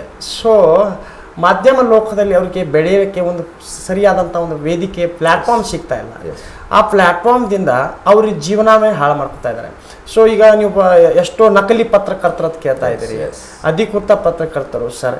ಸೊ ಇದು ನಕಲಿ ಪತ್ರಕರ್ತರಿಗೆ ಒಂದು ಪದವಿ ಪಡ್ಕೊಂಡವ್ರದಾರೆ ಸರ್. ಸೊ ಅವ್ರಿಗೆ ಏನು ಸರ್ ಇದು ನಕಲಿಗೆ ಮತ್ತು ಅಸಲಿಗೆ ಏನು ವ್ಯತ್ಯಾಸ ಸರ್? ನೀವು ಭಾಳ ಒಳ್ಳೆಯ ಪ್ರಶ್ನೆ. ಕೆಲವು ಅಸಲಿಗಳು ನಕಲಿ ಕೆಲಸ ಮಾಡ್ತಾರೆ, ಅದಕ್ಕೇನಂತೀರಿ? ಅಸಲಿ ಪತ್ರಕರ್ತರು ನಕಲಿ ಕೆಲಸ ಮಾಡ್ತಾರೆ, ಜನರನ್ನು ನೋವು ಮಾಡೋದು, ಬ್ಲ್ಯಾಕ್ ಮೇಲ್ ಮಾಡೋದು. ಯಾಕೆ ಅಸಲಿ ಅವ್ರು ಮಾಡೋದಿಲ್ಲ? ಎಲ್ಲಿಂದ ಬಂತ್ರಿ ಅವ್ರಿಗೆ 50-50 ಲಕ್ಷ ಕಾರು, 10 ಕೋಟಿ ರೂಪಾಯಿ ಬಂಗ್ಲೆಗಳು, ಐಷಾರಾಮಿ ಜೀವನ, ಫ್ಲೈಟ್ಲೆ ಹೋಗಿ ಫ್ಲೈಟ್ಲೆ ಬರ್ತಾರೆ. ಒಬ್ಬ ಪತ್ರಕರ್ತ, ಜಿಲ್ಲಾ ಪತ್ರಕರ್ತ, ಎಲ್ಲಿಂದ ಬಂತು ಅವನಿಗೆ ಆಸ್ತಿ? ಇಂಥ ದೊಡ್ಡ ದೊಡ್ಡ ಹೋಟೆಲ್ಸು, ಬಿಸ್ನೆಸ್ಸು, ಬಿಗ್ಗನ್ಸು, ಎಲ್ಲಿಂದ ಬರ್ತಾರೆ ಅವನು ಅಸಲಿಯಾಗಿ ನಕಲಿ ಕೆಲಸ ಮಾಡಿದರೆ ವಾಮಾರ್ಗದಿಂದ ದುಡ್ಡು ಬರುತ್ತೆ. ಅಸಲಿಗೆ ನಕಲಿಗೆ ವ್ಯತ್ಯಾಸ. ಇನ್ನು ನಕಲಿ ಕೇಳಿದಿರಿ ನೀವು, ನಕಲಿ ಅವ್ನು ಶಿಕ್ಷಣ ಇದ್ರೂ ಅವ ಪತ್ರಕರ್ತ ಅಂತ ಹೇಳ್ತೀರಿ ನೀವು. ಅವ್ನು ಶಿಕ್ಷಣ ಇದ್ದರೂ ತನ್ನ ಹೊಟ್ಟೆಪಾಡಿಗಾಗಿ ಏನೋ ಮಾಡ್ಲಿಕ್ಕೆ ಹೋದ್ರೆ ಅವನು ಜನರ ಕಣ್ಣು ಮುಂದೆ ನಕಲಿ ಆಗಿಬಿಡ್ತಾನೆ, ಏನೋ ದುಡ್ಡು ವಸೂಲು ಮಾಡ್ತಾನಪ್ಪ ಅಂತ. ಆದರೆ ಅವನ ಪರಿಸ್ಥಿತಿ ಏನೈತಿ ಅದನ್ನು ವಿಚಾರ ಮಾಡ್ಬೇಕಲ್ಲ. ಅದ್ರ ಸಲುವಾಗಿ ರಾಮಕೃಷ್ಣ ಹೆಗಡೆ ಸರ್ಕಾರ ಇದ್ದಾಗ ನಾವು ಚಿಕ್ಕ ಪತ್ರಿಕೆಗೋಸ್ಕರ ಏನಾದರೂ ಒಂದು ಪರಿಹಾರ ಮಾಡಿರಿ ಅಂತ MB ಸಿಂಗ್ ವರದಿ ಜಾರಿಗೆ ಮಾಡಿಸಿದ್ವಿ ನಾವು. ಆದರೆ ಅನುಷ್ಠಾನ ಆಗಲಿಲ್ಲ, ಸರ್ಕಾರ ಬಿದ್ದೋಯ್ತು. MB ಸಿಂಗ್ ವರದಿ, ನ್ಯಾಯಮೂರ್ತಿಯವರು MB ಸಿಂಗ್ ವರದಿ ಜಾರಿಗೆ ಆಗಬೇಕು. ಚಿಕ್ಕ ಪತ್ರಿಕೆಯರಿಗೆ ತಿಂಗಳಿಗೆ ಒಂದು, ವಾರಕ್ಕೆ 2,000 8,000 ರೂಪಾಯಿ ಜಾಹೀರಾತು ರೂಪದಲ್ಲಿ ಕೊಡಬೇಕು. ಆ ಚಿಕ್ಕ ಪತ್ರಿಕೆ ಬದುಕ್ತಾವೆ. ಗಡಿನಾಡ ಪತ್ರಕರ್ತರ ಸಂಘ ಅಂತ ಮಾಡಿದ್ದೀವಿ, ಅದು ನೆನಗುದಿಗೆ ಹೋಯ್ತು. ಕರ್ನಾಟಕ ರಾಜ್ಯ ಪತ್ರಕರ್ತರ ಸಂಘ ರಾಜ್ಯ ಮಟ್ಟದಲ್ಲಿ ಇವತ್ತೈತಿ, ಅದು ಕೇವಲ ಸೀಮಿತ ಬೆಂಗಳೂರು ಕಷ್ಟ ಐತಿ. ಕರ್ನಾಟಕ ರಾಜ್ಯದ ಉತ್ತರ ಕರ್ನಾಟಕದ ಪತ್ರಕರ್ತರು ಎಷ್ಟು ಭಾವನೆಯಿಂದ ಬಳಲಾಕತ್ತಾರ. ಇವತ್ತು ಕೊರೋನಾದಲ್ಲಿ ಎಷ್ಟೋ ಪತ್ರಕರ್ತರು ಸತ್ರು, ಏನು ಪರಿಹಾರ ಕೊಟ್ಟರಿ? ಯಾವ ಅವರಿಗೆ ಒಂದು ಭದ್ರತೆ ಐತಿ? ಏನೋ ಅವರನ್ನು ಹಲ್ಲೆ ಮಾಡುವಾಗ ಅವ್ರಿಗೆ ಸಂರಕ್ಷಣೆ ಏನೈತಿ? ಸರ್ಕಾರ ಏನು ಪತ್ರಕರ್ತರಿಗೆ ಏನು ತೊಗೊಂಡೈತಿ? ಇವತ್ತು ಪ್ರತಿಯೊಂದು ಇವತ್ತು ಅಸೋಸಿಯೇಷನ್ಗಳು ಅದಾವ. ಇವತ್ತು ನೋಡ್ರಿ ನೀವು, ಪಾನ್ ಬೀಡ ಅಂಗಡಿ ಐತಿ, ಇವತ್ತು ಕಾರ್ಮಿಕರ ಸಂಘ ಅದಾವ. ಪತ್ರಕರ್ತರ ಸಂಘ ಇದ್ದೂ ಸಹಿತ ಅವು ಗಟ್ಟಿಯಾಗಿ ಯಾಕೆ ಓದ್ತಾ ಇಲ್ಲ? ಅದಕ್ಕೋಸ್ಕರ ಪತ್ರಕರ್ತರ ಸಂಘದಿಂದ ಒಂದು 2 MLC ವಿಧಾನ ಪರಿಷತ್ತಿನಲ್ಲಿ ಕೂಗೆಬ್ಬಿಸ್ಬೇಕಂತೇಳಿ ನಾಮಿನೇಟ್ ಮಾಡ್ರಿ ಅಂತೇಳಿ ಅವಾಗ ನಾವು ರಾಮಕೃಷ್ಣ ಹೆಗಡೆ ಇದ್ದಾಗ ಓದಾಡಿದ್ವಿ. JH ಪಟೇಲ್ ಅವರು ಅದನ್ನು ಒಪ್ಪಿದ್ರು. ಆದರೆ ನಮ್ಮ ಪತ್ರಕರ್ತರಲ್ಲಿ ಒಕ್ಕಟ್ಟಿಲ್ಲ ಅಂದ ತಕ್ಷಣ ಇದು ಬಿಕ್ಕಟ್ಟಾಯಿತು. ಇದೇ ಅಶೋಕ್ ಚಂದ್ರಿಗೆ ಇವತ್ತು ಜೀವಂತದ, ನಾವು MLC ಆಗ್ತಿದ್ದ, ಕೇಳ್ರಿ ಅವನ ಜೊತೆ ನಾವು ಚರ್ಚೆ ಮಾಡಿದ್ದೀವಿ ಇದನ್ನು. JH ಪಟೇಲ್ ಇದ್ದಾಗ ಒಂದು ನಿಯೋಗ ತೊಗೊಂಡು ಹೋದೀವಿ. ನಿಯೋಗ ತೊಗೊಂಡು ಹೋದ್ಮೇಲೆ JH ಪಟೇಲ್ ಒಪ್ಪಿದ್ರು. ಒಂದು ಪತ್ರಕರ್ತರ ಸಂಘದಿಂದಲೂ ಸಹಿತ ಉತ್ತರ ಕರ್ನಾಟಕ, ಒಂದು ದಕ್ಷಿಣ ಕರ್ನಾಟಕಕ್ಕೆ 2 MLC ಮಾಡಬೇಕು. ಅವರು ಪತ್ರಕರ್ತರ ಪರವಾಗಿ ಅಲ್ಲಿ ಈಗ ಹೆಂಗೆ ಸಾಹಿತಿ ಬಗ್ಗೆ MLC ಮಾಡ್ತೀರಿ, ಆರೋಗ್ಯ ಇಲಾಖೆಯಿಂದ ಮಾಡ್ತೀರಿ, ಸಮಾಜ ಸೇವೆಯಿಂದ MLC ಮಾಡ್ತೀರಿ, ಹಂಗೆ ಪತ್ರಕರ್ತರ ವತಿಯಿಂದ ಅವರ ಕೂಗನ್ನು ಅಲ್ಲಿ ಕೂಗೆಬಸಲಿಕ್ಕೆ ಮೇಲ್ಮನೆಯಲ್ಲಿ ಸ್ಥಾನ ಕೊಡ್ಬೇಕಂತೇಳಿ ನಾವು ಅನುಷ್ಠಾನ ತಂದವ್ರು. ನಾವು ಈಗ ಚಂದ್ರಿಗೆ ಇದಾರ, ಅವ್ರನ್ನ ಕೇಳ್ಬೋದು. ಸರ್ ಇನ್ನೊಂದು ನಿಮ್ಮ ಜೀವನಕ್ಕೆ ಸಂಬಂಧಪಡುವಂಥ ಪ್ರಶ್ನೆ ಕೇಳ್ತೀನಿ. ಈಗ ನೀವು ಬೆಳೆದಿರುವಂಥ ರೀತಿಗಳು ಇವತ್ತು ಕಾಕಾ ಅಂದರೆ ಇಡೀ ಕರ್ನಾಟಕ ರಾಜ್ಯದ ಮೂಲೆ ಮೂಲೆಗೆಲ್ಲ ಗೊತ್ತು. ಒಂದನೇದ್ದು ನಿಮ್ಮದೇ ಆದಂಥ ಒಂದು ಭಾಷೆಯಿಂದ ನೀವು ಹೆಸರು ಮಾಡ್ಕೊಂಡ್ರಿ, ಅಭಿಮಾನಿಗಳನ್ನು ಕಟ್ಕೊಂಡ್ರಿ, ಎಲ್ಲಿ ಹೋದರೂ ನಿಮ್ಮದೇ ಆದಂಥ ಒಂದು ಫ್ಯಾನ್ ಫಾಲೋವರ್ಸ್ ಇದ್ದಾರೆ. ಸೊ ನಿಮ್ಮದೇ ಆದಂಥ ಒಂದು ಪಡೆ ಇದೆ, ಪಡೆ, ಮಾಧ್ಯಮ ಲೋಕದಲ್ಲಿ ನಿಮ್ಮದೇ ಪಡೆ ಇದೆ. ಸೊ ಇದೆಲ್ಲ ನಿಮ್ಮ ಸ್ನೇಹಿತರಾಗಲಿ, ನಿಮ್ಮ ತಂದೆ ತಾಯಿಗಳಾಗಲಿ, ನಿಮ್ಮ ರಿಲೇಟಿವ್ಸ್ ಆಗಲಿ ಮೊದಲು ನನ್ನನ್ನು ಈ ವೃತ್ತಿ ಬೇಡಪ್ಪ, ಏನಾದರೂ ಒಂದು ಉದ್ಯೋಗ ಮಾಡು, ನೌಕರಿ ಮಾಡು ಅಂತ ಹೇಳ್ತಿದ್ರು. ಕಠಿಣಕರವಾದ ಕೆಲಸ ಆಯ್ತಿದ್ದು. ನಮ್ಮ ಕುಟುಂಬದಾಗ ನಮ್ಮ ಜಾತ್ಯಾಗನ ಇಂಥವ್ರು ಯಾರು ಮಾಡಿಲ್ಲ. ನೀ ಸುಮ್ಮನೆ ಯಾವುದಾರ ಒಂದು ನೌಕರಿ ಮಾಡಪ್ಪ, ನೌಕರಿ ಮಾಡ್ತೀವಿ ಹೇಳ್ತೀವಿ ಅಂತೇಳಿ ಒಂದು ಆದೇಶನೂ ಸಹಿತ ನನಗೆ ಕೊಡಿಸಿದ್ರು. ಶುಗರ್ ಫ್ಯಾಕ್ಟ್ರಿಲಿ ಒಂದು SDC ಕ್ಲಾರ್ಕ್ ಅಂತ ಏರ್ಫೋರ್ಸ್ದಲ್ಲಿ ಬಂದಿತ್ತು, ಅದನ್ನು ಬಿಟ್ಟೆ. ಯಾವುದೂ ನನಗೆ ನೌಕರಿ ಮಾಡೋ ಆಸೆ ಇದ್ದಿರಲಿಲ್ಲ. ನನಗೆ ನನ್ನದೇ ಆದಂಥ ಒಂದು ಸ್ವಾಯತ್ತತಾ ಸಾಮ್ರಾಜ್ಯ ತಯಾರು ಮಾಡ್ಬೇಕನ್ನೋ ಮನೋಭಾವನೆಯಿಂದ ಬಂದೆ. ಆವಾಗ ನನಗೆ ಅಡೆತಡೆಗಳು ಬಂದ್ವಿ. ನನಗೆ ಮನೆಯಾಗೆಲ್ಲರೂ ಮಾತಾಡೋದು ಬಿಟ್ಟರು, ನಾ ಒಬ್ಬಂಟಿಗಾದ್ನೆ. ಆದರೂ ನಾ ಹೋರಾಟದ ಮುಖಾಂತರ ನಾ ಇದನ್ನೇ ಮಾಡ್ತೀನಿ. ನಾ ಈ ಪತ್ರಿಕೋದ್ಯಮಿ ಬಿಟ್ಟು ಯಾವುದೇ ಒಂದು ಪಾನ್ ಶಾಪು, ಹೋಟೆಲು, ಸಪ್ಲೈ ಯಾವುದೋ ಒಂದು ಹೋಟೆಲ್ ಕೆಲಸ ಮಾಡಲಿಲ್ಲ, ಹೋಟೆಲ್ ತೆಗೆದಿಲ್ಲ, ಅಂಗಡಿ ಮಾಡಿಲ್ಲ, ಯಾವುದೂ ಮಾಡಿಲ್ಲ. ಪತ್ರಿಕೋದ್ಯಮನೇ ನನ್ನ ಜೀವನದ ಅಸ್ತ್ರ, ಇದೇ ನನ್ನ ಉಸಿರು ಅಂಥೇಳಿ ಇಲ್ಲಿವರೆಗೆ ಬಂದಿದ್ದೀನಿ. ನನಗೆ ತುಂಬ ಹೆಮ್ಮೆ ಇದೆ, ನನಗೆ ಖುಷಿ ಇದೆ. ಈ ಪತ್ರಿಕೋದ್ಯಮದಿಂದ ಒಂದು 4 ಜನರದ್ದು ಒಳ್ಳೆಯದಾಗುತ್ತೆ. ಕಾಕ ಅಂದರೆ ಈಗ ಜನ ಎಲ್ಲ ನನ್ನ ಪ್ರೀತಿಯಿಂದ ಕಾಕ ಅಂತ ಕರೆಯಾಗುತ್ತೆ. ನನ್ನ ಸೊಗಡು ಭಾಷೆ ಒಂದು ಗಟ್ಟಿದ್ದೀನಿ ಅಷ್ಟೇ. ಮತ್ತು ಸರ್ ಕೊನೆಯದಾಗಿ ಕೇಳಬೇಕಂತ ಇಷ್ಟಪಡ್ತೀನಿ ಏನಂದರೆ, ಈ ನಂಬರ್ 1 ನ್ಯೂಸನ್ನು ನೀವೇನು ಸೆಟ್ಲೈಟ್ ಮಾಡಬೇಕಂತ ನಿಮ್ಗೆ ಎಷ್ಟೋ ರಾಜಕಾರಣಿಗಳ ಕರೆ ಬಂದಿದೆ ಅಂತಲ್ಲ ಸರ್, ಸತ್ಯ? ಈಗ 63 ಶಾಸಕರು ನನ್ನ ನಿರಂತರ ಸಂಪಾದಕದಲ್ಲಿ ಇದ್ದಾರೆ. 63 ಶಾಸಕರು 100 ಕೋಟಿ ಸರ್ದಾರರು. ಇಲ್ಲೇ ನಮ್ಮ ಗೋಕಾಕ್ ತಾಲೂಕಿನಲ್ಲೂ 100 ಕೋಟಿ ಸರ್ದಾರಗಳು ಶಾಸಕರು ಅದಾರ. ನನಗೆ ಅನೇಕ ರೀತಿಯಿಂದ ಅವರು ನಾವೇನೋ ಮಾಡ್ತೀವಿ, ಇದನ್ನು ಒಂದು ರಾಜ್ಯ ಅಥವಾ ದೇಶದ ಮಟ್ಟದಲ್ಲಿ ಜಗತ್ತು ನೋಡುವಂಗೆ ಒಂದು ಸೆಟ್ಲೈಟ್ ಮಾಡೋಣ, ಹುಬ್ಬಳ್ಳಿ ಆಮೇಲೆ ಬೆಂಗಳೂರನ್ನು ಒಂದು ಚಾಯ್ಸ್ ಮಾಡ್ಕೊಂಡು ಸ್ಟುಡಿಯೋ ಮಾಡೋಣ ಅಂತ ಹೇಳಿದಾಗ ನಾನು ಹೇಳಿದೆ, ಇವತ್ತು TV ಯಾರು ನೋಡೋರು? TV ಇವತ್ತು ಮನೆಯಲ್ಲಿ ಒಂದಿದ್ರೆ, ಇವತ್ತು ಸೋಷಿಯಲ್ ಮೀಡಿಯಾ, ಈ ಮೊಬೈಲ್ ಮನೆಯಲ್ಲಿ 6 ಜನ ಇದ್ದರೆ 6 ಮೊಬೈಲ್ ಇರ್ತಾವೆ, 6 ಜನ ನೋಡ್ತಾರೆ. ಸೋಷಿಯಲ್ ಮೀಡಿಯಾ ಎಷ್ಟು ಫಾಸ್ಟ್ ಐತಿ ಅಷ್ಟು TV ಇವತ್ತು ಫಾಸ್ಟ್ ಇಲ್ಲ. ಅವರು ಜನರನ್ನು ಏನೇನೋ ಮರಳು ಮಾಡಿ ಏನೇನೋ ಎಮಾರಿಸ್ಕೊತ ಹೊಂಟಾರ. ಇವತ್ತು ಸೋಷಿಯಲ್ ಮೀಡಿಯಾ ಸತ್ಯ ಹೇಳಕತ್ತೈತಿ. ಆ ಸತ್ಯಕ್ಕೆ ಇವತ್ತು ಜನ ಬೆನ್ನು ಹತ್ಯಾರ. ನಾವು ಜನರ ಬೆನ್ನು ಹತ್ತಿರಬೇಕೋ ಏನು ಆ TV ಬೆನ್ನು ಹತ್ತಿರಬೇಕು? ಈಗ ನೀವೇ ಉತ್ತರ ಕೊಡ್ರಿ. ಹಂಗಾರೆ ನಿಮ್ಮ ಪ್ರಕಾರ ಏನಂದ್ರೆ ಸರ್, ಅವರಲ್ಲಿ ಹಾಕೋದಕ್ಕೆ ಇಲ್ಲಿ ಆಟೋಮೆಟಿಕ್ಕಾಗಿ ರೀಚ್ ಆಗ್ತೈತೆ ಅಂತ ನಿಮ್ಮದು? ರೀಚ್ ಆಗ್ತೀವಿ, ನಾವು ಭಾಳ ಜನರನ್ನು ಬೇಗ ತಲುಪ್ತೀವಿ. ಒಳ್ಳೆಯ ಸತ್ಯ ಸಂದೇಶನ ನಾವು ಇವತ್ತು ಹೇಳ್ತೀವಿ. ನಾವು ಇಷ್ಟೇ ಒಂದು 2 ವರ್ಷದಲ್ಲೇ ನಾವು ಇವತ್ತು ಕೋಟ್ಯಾಂತರ ಜನರನ್ನು ನಾವು ಆಕರ್ಷಣೆ ಮಾಡಿ ಇವತ್ತು ಕಾಕ ಅನ್ನೋದು ಬಿರುದು ಮಾಡ್ಕೊಂಡಿವಿ ಅಂದರೆ ಮತ್ತು ಮೆಚ್ಚುಗೆ ಅಲ್ರಿ ಸರ್. ಕೊನೆಯದಾಗಿ ಇನ್ನೊಂದು ಕೇಳ್ತೀನಿ ಸರ್, ನಿಮ್ಗೆ ಏನಾದರೂ ನಾನು ಒಂದು ಪತ್ರಿಕಾ ಮಾಧ್ಯಮದಾಗ ಏನಾದರೂ ಒಂದು ಬದಲಾವಣೆ ಮಾಡ್ಬೇಕಂತ ಆಸೆ ಇಟ್ಕೊಂಡಿರ? ಏನಾದರೂ ಒಂದು ನಿಮ್ಮ ಡ್ರೀಮ್ನಲ್ಲಿ ನಾನು ಇದೊಂದು ಮಾಡ್ಬೇಕನ್ನೋದು ನಿಮ್ಮ ಹೃದಯದಲ್ಲಿ ಯಾವುದಾದ್ರೂ ಒಂದು ವಿಷಯ ಕಾಡ್ತಾ ಇದೆಯಾ? ನನಗೆ ಪತ್ರಿಕೋದ್ಯಮದಲ್ಲಿ ಪ್ರತಿ ಜಿಲ್ಲೆಯಲ್ಲಿ ನನ್ನಂಥವ್ರು ಒಂದು 4-5 ಜನ ತಯಾರಾಗಬೇಕು. ಯುವತಿಯರು ಬರ್ತಾ ಇಲ್ಲ, ಹೆಣ್ಮಕ್ಳು ಭಾಳ ಹಿಂದ್ರಿ ಪತ್ರಿಕೋದ್ಯಮದಾಗ ಬರೋಕೆ. MA ಜರ್ನಲಿಸಮು, BA ಜರ್ನಲಿಸಮ್ ಮಾಡ್ಕೋತಾರೆ, ಎಲ್ಲೋ ಹೋಗಿ ಬೇರೆ ಕೆಲಸ ಮಾಡ್ಕೊತ ಹೋಗ್ತಾರೆ. ಇದರಲ್ಲಿ ಇಂದಿನ ಯುವ ಪೀಳಿಗೆ ಇದ್ರಾಗ ಮುಂದೆ ಬರಬೇಕು. ಪ್ರತಿ ಜಿಲ್ಲೆಯಲ್ಲಿ ನನ್ನಂಥ ಕಾಕಾಗಳು ಒಂದು 10 ಮಂದಿ ತಯಾರಾದ್ರೆ ಬದಲಾವಣೆಗೆ ಹಾಳಿ ಗ್ಯಾರಂಟಿ ಬರ್ತೈತಿ. ಈಗ ನೀವು MA ಜರ್ನಲಿಸಮ್ ಮಾಡಿದಿರಿ, ನಿಮ್ಮಂಥವರೆಲ್ಲ ತರಬೇತಿ ಹೊಂದಿ ಒಂದು ಉನ್ನತ ಸ್ಥಾನಕ್ಕೆ ಬರಬೇಕು. ನಾವು ಏನು ನಮ್ಮಿಂದ ಶಕ್ತಿ ಐತಿ, ನಮ್ಮಿಂದ ಏನು ನಿಮಗೆ ಹಿತ ವಚನ ಹೇಳೋದೈತಿ ಅದನ್ನು ನಾವು ಹೇಳಕ್ಕೆ ತಯಾರಿದ್ದೀವಿ. ತರಬೇತಿ ಮಾತ್ರ ಆಗಬೇಕು. ತರಬೇತಿ ಆಗಿ ನಮ್ಮಂಥ 10 ಪತ್ರಕ ಪ್ರತಿ ಜಿಲ್ಲಾದಾಗ ಹೋದ್ರೆ ಯಾವ ಭ್ರಷ್ಟಾಚಾರ ನಡೆಯೋದಿಲ್ಲ, ಯಾವುದು ಏನೂ ದಬ್ಬಾಳಿಕೆ ನಡೆಯೋದಿಲ್ಲ. ರಾಜಕಾರಣಿ ಪುಡಾರಿಗಳನ್ನ ಹದ್ದು ಬಸ್ತಿನಲ್ಲಿ ಇಡುವಂಥ ಮಾಧ್ಯಮ ಅಂದರೆ ಇದು ಸೋಷಿಯಲ್ ಮಾಧ್ಯಮ, ತಿಳ್ಕೊಂಬಿಡ್ರಿ. ಅದಕ್ಕೆ ನೀವು ಅದಕ್ಕೆ ಕೈ ಜೋಡಿಸ್ರಿ. ಅಂಬೇಡ್ಕರ್ ಅವ್ರು ಹೇಳೋ ಪ್ರಕಾರ ಸಂವಿಧಾನದ 4ನೇ ಅಂಗ ಅಂತ ಇದನ್ನು ಕರೀತಾರೆ ಸರ್. ಈ ಸಂವಿಧಾನದ 4ನೇ ಅಂಗವು ಇದು 4th pillar of Indian constitution. ಈ ಸಂವಿಧಾನದ 4ನೇ ಪಿಲ್ಲರ್ ಒಂದು ಗಟ್ಟಿ ಇಲ್ಲ ಅಂತ ಈ ಎಷ್ಟೋ ಜನರು ಹೇಳ್ತಾರೆ ಸರ್. ನೀವು ಇದು ಒಪ್ಕೊಳ್ತೀರಾ ಹೇಗೆ ಸರ್? ಪತ್ರಕರ್ತರಾಗಿ ಪಬ್ಲಿಕ್ ಹೇಳ್ತಾರೆ ಸರ್, ಈ ಮಾಧ್ಯಮ ಒಂದು ನೋಡಲಿಕ್ಕೆ ಬೇಸರ ಆಗಿಬಿಟ್ಟಿದೆ ಸರ್ ಜನಕ್ಕೆ. ಪತ್ರಿಕಾ ರಂಗ 4ನೇ ಅಂಗ ನೀವು ಹೇಳಿದ್ದು ಡಾಕ್ಟರ್ ಬಾಬಾ ಸಾಹೇಬ್ ಅಂಬೇಡ್ಕರ್ ಹೇಳಿದ್ದು 100ಕ್ಕೆ 100 ಸತ್ಯಾಂಶ. ಯಾಕೆ ಪತ್ರಿಕಾ ರಂಗ ಹಾಳಾಗತ್ತೈತೆ ಅಂದರೆ ಕೆಲವು ಕಪಿಮುಷ್ಟಿ ಬಲಾಢ್ಯ ಬಾಹುಗಳು, ಬಿಗ್ಗನ್ಸ್, ಕೆಲವು ದೊಡ್ಡ ದೊಡ್ಡ ವ್ಯಕ್ತಿಗಳು, ಕೆಲವರು ಪತ್ರಿಕೆ ಮತ್ತು ಇವತ್ತು ಚಾನಲ್ ನಡೆಸ್ತಾರ, ಅವ್ರಿಗೊಂದು ಸಂಪಾದಕಿ ಬರೆಯಕ್ಕೆ ಬರೋದಿಲ್ಲ, ಅವ್ರು ಇವತ್ತು ಮಾಲಕರದಾರ, ರಾಜಕೀಯ ಮಾರಾಟ ಆಗಿದ್ದಾವೆ. ಇದು ನೀವು ಕೇಳೋ ಪ್ರಶ್ನೆ ಬಹಳ ಅತ್ಯುತ್ತಮ ಪ್ರಶ್ನೆ. ಇವತ್ತು ಜನ ಎಲ್ಲ ನೋಡ್ತಾ ಇದ್ದಾರೆ, ಜಗತ್ತಿನ ಜನ ಇವತ್ತು ಮೀಡಿಯಾ ಅಂದ್ರೆ ನೋಡ್ಲಿಕ್ಕೆ ಬೇಸರ ಆಗ್ತಾ ಇದೆ, ಬೇಸರ ಆಗಿದೆ. ಅದ್ರ ಮಾಲಕ್ ನೋಡ್ರಿ ಯಾರಿದಾರೆ ಇವತ್ತು ತೆಗೀರಿ ನೀವು. ದೊಡ್ಡ ದೊಡ್ಡ ಚಾನಲ್ದವ್ರು ಮಾಲಕರು ಯಾರು? ಅವ್ರಿಗೆ ಒಂದು ಅರ್ಜಿ ಬರೆಯಕ್ಕೆ ಬರೋದಿಲ್ಲ, ಒಂದು ಅಕ್ಷರ ಬರೆಯಕ್ಕೆ ಬರೋದಿಲ್ಲ. ಎಲ್ಲೋ ಬಾಡಿಗೆ ಜನರನ್ನು ಪಗಾರ ಮೇಲಿಟ್ಟು ಅವ್ರು ಚಾನಲ್ ನಡೆಸ್ತಾರೆ. ಇವತ್ತೇನ್ರಿ ಇದು ಪತ್ರಿಕೋದ್ಯಮ ಯಾವುದೋ ಗತಿಗೆ ಬಂತು? ನಿಜವಾದ ಪ್ರತಿಭಾವಂತರು ನಿಮ್ಮಂಥವ್ರನ್ನ ತೊಗೋಬೇಕು, ಮಾಡಬೇಕು, ಜನರಿಗೆ ಒಳ್ಳೆ ಸಂದೇಶ ಹೇಳಬೇಕು. ರೆಡಿಮೇಡ್ ಸಂದೇಶ ಅಂತಂದು ರೆಡಿಮೇಡ್ ಮಾಡಿ ಹೇಳಿದ್ರೆ ಒಂದು ಸಂಪಾದಕ ಯಾರಿಗಂತ? ಪತ್ರಕರ್ತ ಯಾರಿಗಂತ? ಪಾರ್ಟ್ ಟೈಮ್ ಪತ್ರಕರ್ತರಾಗಬಾರ್ದು, ಫುಲ್ ಟೈಮ್ ಪತ್ರಕರ್ತ ಆಗಬೇಕು. ನನ್ನ ಜೀವನವೇ ಸಂಪೂರ್ಣ ಇದಕ್ಕೆ ಮುಡಿಪಾಗಿಟ್ಟಿದ್ದೀನಿ, ನಾ ಬೇರೆ ಉದ್ಯೋಗ ಮಾಡೋದಿಲ್ಲ ಅಂತ ಪ್ರಮಾಣ ವಚನ ತೊಗೋಬೇಕ್ರಿ. ಒಬ್ಬ ಪತ್ರಕರ್ತ ಆದ ತಕ್ಷಣ ಹೆಂಗೆ ವಕೀಲಿಕೆ ವೃತ್ತಿ, ಜಡ್ಜರು ಹೆಂಗೆ ಪ್ರಮಾಣ ವಚನ ತೊಗೋತಾರೆ, ಶಾಸಕರು, ಮಂತ್ರಿಗಳು, ಅದೇ ರೀತಿ ಪತ್ರಿಕೋದ್ಯಮದಲ್ಲಿಯೂ ಸಹಿತ ಪ್ರಮಾಣ ವಚನ ತರುವಂಥ ಪರಿಸ್ಥಿತಿ ನಿರ್ಮಾಣ ಆಗಬೇಕು. ಸರ್, ಕೊನೆಯದಾಗಿ ನಮ್ಮ ಕ್ಯಾಮ್ರಾಕ್ಕೆ ಒಂದೇ ನಿಮಿಷದಲ್ಲಿ ಏನು ಹೇಳಬೇಕಂತ ಇಷ್ಟಪಡ್ತಾ ಇದ್ದೀರಿ ಸರ್? ಇವಾಗ ಜನ್ರೇಷನ್ಗೆ, ಈಗಿನ ಸಮಾಜಕ್ಕೆ ಮಾಧ್ಯಮದ ಬಗ್ಗೆ ಏನು ಹೇಳಬೇಕಂತ? ಸಮಾಜ ನೋಡಿ ಭಾಳ ಎಚ್ಚೆತ್ತಿದೆ, ಭಾಳ ಜನರಿದ್ದಾರೆ ಸಮಾಜ ಇವತ್ತು. ಒಳ್ಳೇದು ಯಾವುದು ಕೆಟ್ಟದ್ದನ್ನು ಭಾಳ ಕೂಲಂಕುಷವಾಗಿ ನೋಡ್ತಾ ಇದ್ದಾರೆ. ಅದನ್ನು ಭಾಳ ಪರಿಶೀಲನೆ ಮಾಡಿ ನೋಡ್ತಾರೆ ಜನ. ಒಳ್ಳೆಯದನ್ನು ಆಯ್ಕೆ ಮಾಡ್ತಾರೆ, ಅವರಿಗೆ ಲೈಕ್ ಮತ್ತು ಶೇರ್ ಮಾಡ್ತಾರೆ. ನೋಡ್ರಿ ನೀವು ಇವತ್ತು ಯಾವುದೋ ಒಂದು ವಿಡಿಯೋ ಎಕ್ಸ್ಪೋರ್ಟ್ ಆದ ತಕ್ಷಣ ಒಳ್ಳೆ ಜನ ಒಳ್ಳೆ ಭಾವನೆಯಿಂದ ನೋಡ್ತಾರೆ. ಕೆಲವು ಆಗಲ್ಲದವರು, ಅವರು ನಮ್ಮನ್ನು ಬೆಳೀಲಿಕ್ಕೆ ಇಚ್ಛೆ ವ್ಯಕ್ತಪಡಿಸಲ್ಲದಂಥವರು ಕೆಟ್ಟ ಫೇಕ್ ಅಕೌಂಟ್ದಿಂದ ಕಮೆಂಟ್ಗಳನ್ನ ಹಾಕ್ತಾರೆ. ಆ ಫೇಕ್ ಅಕೌಂಟ್ದಿಂದ ಕಮೆಂಟ್ ಹಾಕಿದರೆ ಅವರು ನಿಜವಾಗಿ ತಮ್ಮ ತಂದೆ ತಾಯಿ ಹೆಸರು ಸಹಿತ ಹಾಕಬೇಕು. ನಿಜವಾಗಿ ಹಾಕೋದಿದ್ರೆ ಫೇಕ್ ಅಕೌಂಟಿಂದ ಯಾಕೆ ಹಾಕ್ತೀರಪ್ಪ? ನಮ್ಮನ್ನು ಯಾವುದೇ ರೀತಿಯಿಂದ ವಿರೋಧಿಸುವವರು, ನಮ್ಮನ್ನು ಯಾವುದೇ ರೀತಿಯಿಂದ ಹೀಯಾಳಿಸುವವರು, ನಮ್ಮನ್ನು ಯಾವುದೇ ರೀತಿಯಿಂದ ತುಚ್ಛ ರೀತಿಯಿಂದ ನೋಡುವವರು ಮಾತ್ರ ಫೇಕ್ ಅಕೌಂಟ್ದಲ್ಲಿ ಹಾಕ್ತಾರೆ. ನಿಜವಾಗಿ ಹಾಕೋರು ಆ ಕಾಕ ಒಳ್ಳೇದಿದೆ, ಸುದ್ದಿ ಒಳ್ಳೇದೈತಿ, ಆದ್ರೆ ಹಂಗಿರಬಾರ್ದಿತ್ತು, ಹಿಂಗಿರಬಾರ್ದಿತ್ತು, ಆ ಸಲಹೆ ಒಳ್ಳೆಯದು, ಸ್ವಾಗತ ಮಾಡ್ತೀವಿ ನಾವು. ಸಲಹೆ ಹೇಳಲಿಕ್ಕೂ ಅವ್ರಿಗೂ ಅಧಿಕಾರ ಇದ್ದಾರೆ. ನಾವೇನು ದೊಡ್ಡ ಭಾಳ ಶಾಣ್ಯರಲ್ಲ, ನಾವೇನು ದೊಡ್ಡ ಪ್ರತಿಭಾವಂತರಲ್ಲ. ಆ ಬರೆಯೋನ್ಕಿತ್ತಲು ಓದೋನ್ ಜಾಣಂತೆ. ಅವನು ಏನು ಕಮೆಂಟ್ ಹಾಕ್ತಾನೆ ಒಂದು ಸ್ವಲ್ಪ ವಿಚಾರ ಮಾಡಿ ಹಾಕಬೇಕು. ಹೊಲಸ ಶಬ್ದಗಳನ್ನ ಸಹಿತ ಕಮೆಂಟ್ ಹಾಕ್ತಾರೆ. ಈ ಕಮೆಂಟ್ ಹಾಕೋರು ಸಹಿತ ಮನಸ್ಥಿತಿ ಹೆಂಗಾಗೈತೆ ಅನ್ನೋದು ನಾವು ಹೇಳಿಕ್ಕೆ ಬರೋದಿಲ್ಲ. ಅವ್ರವ್ರ ಸ್ವಇಚ್ಛೆ. ಆದರೆ ಇಷ್ಟೇ ಹೆಮ್ಮೆ ಪಡ್ತೀವಿ, ನನ್ನ ಚಾನಲ್ಲು ಮತ್ತು ನನ್ನ ವಿಡಿಯೋ ನೋಡಿ ಆದರೂ ಕೆಟ್ಟ ಕಮೆಂಟ್ ಹಾಕ್ತಾನಲ್ಲ ಅವ, ಸಾಕು. ನೋಡಿ ಹಾಕ್ತಾನಲ್ಲ ಸಾಕು, ಇದು ಒಪ್ಪುತ್ತೇನೆ. ಇದೇ ಇವತ್ತಿನ ವಿಶೇಷ. ಇವರು ನಂಬರ್ 1 ನ್ಯೂಸಿನ ಕಾಕಾ ಅಂತ ಪ್ರೀತಿಯಲ್ಲಿ ಪ್ರಸಿದ್ಧರಾಗಿ ಕರ್ನಾಟಕ ರಾಜ್ಯದ ಮೂಲೆ ಮೂಲೆಗೆ ಹೆಸರು ಮಾಡಿರುವಂಥ ಈ ವ್ಯಕ್ತಿಯ ಸಂದೇಶನ ಮಾಡಲಿಕ್ಕೆ ನಮಗೊಂದು ಕೂಡ ಒಂದು ಒಳ್ಳೆಯ ಅವಕಾಶ ಸಿಕ್ಕಿತ್ತು. ಸರ್, ಇವತ್ತು ನಿಮ್ಮ ಸ್ಟುಡಿಯೋಗೆ ನಮಗೆ ವೆಲ್ಕಮ್ ಮಾಡ್ಕೊಂಡ್ರಿ. ನಮ್ಮ ಪ್ರೀತಿಯಿಂದ ನೀವು ನಮಗೆ ನಿಮ್ಮನ್ನು ಸಂದೇಶನ ಮಾಡಲಿಕ್ಕೆ ಅವಕಾಶ ಮಾಡಿಕೊಟ್ರಿ ಸರ್. ನಿಮಗೂ ಕೂಡ ತುಂಬ ಥ್ಯಾಂಕ್ಸು. ದೇವ್ರು ಒಳ್ಳೇದು ಮಾಡಲಿ. ರಾಮ್ ತಳವಾರ್ ಚಿಕ್ಕ ವಯಸ್ಸಿನಲ್ಲಿ MA ಜರ್ನಲಿಸಮ್ ಮಾಡಿದಿರಿ. ದೇವರು ನಿಮಗೆ ಅತ್ಯುನ್ನತ ಸ್ಥಾನ ನೀಡಲಿ. ಈ ಪತ್ರಿಕೋದ್ಯಮ ಒಂದು ಸತ್ಯಕ್ಕಾಗಿ ಹೋರಾಟದ ಒಂದು ದಾರಿ ಇದೆ. ಶಸ್ತ್ರರಹಿತ ಪೆನ್ನೇ ನಮ್ಮ ಶಸ್ತ್ರ.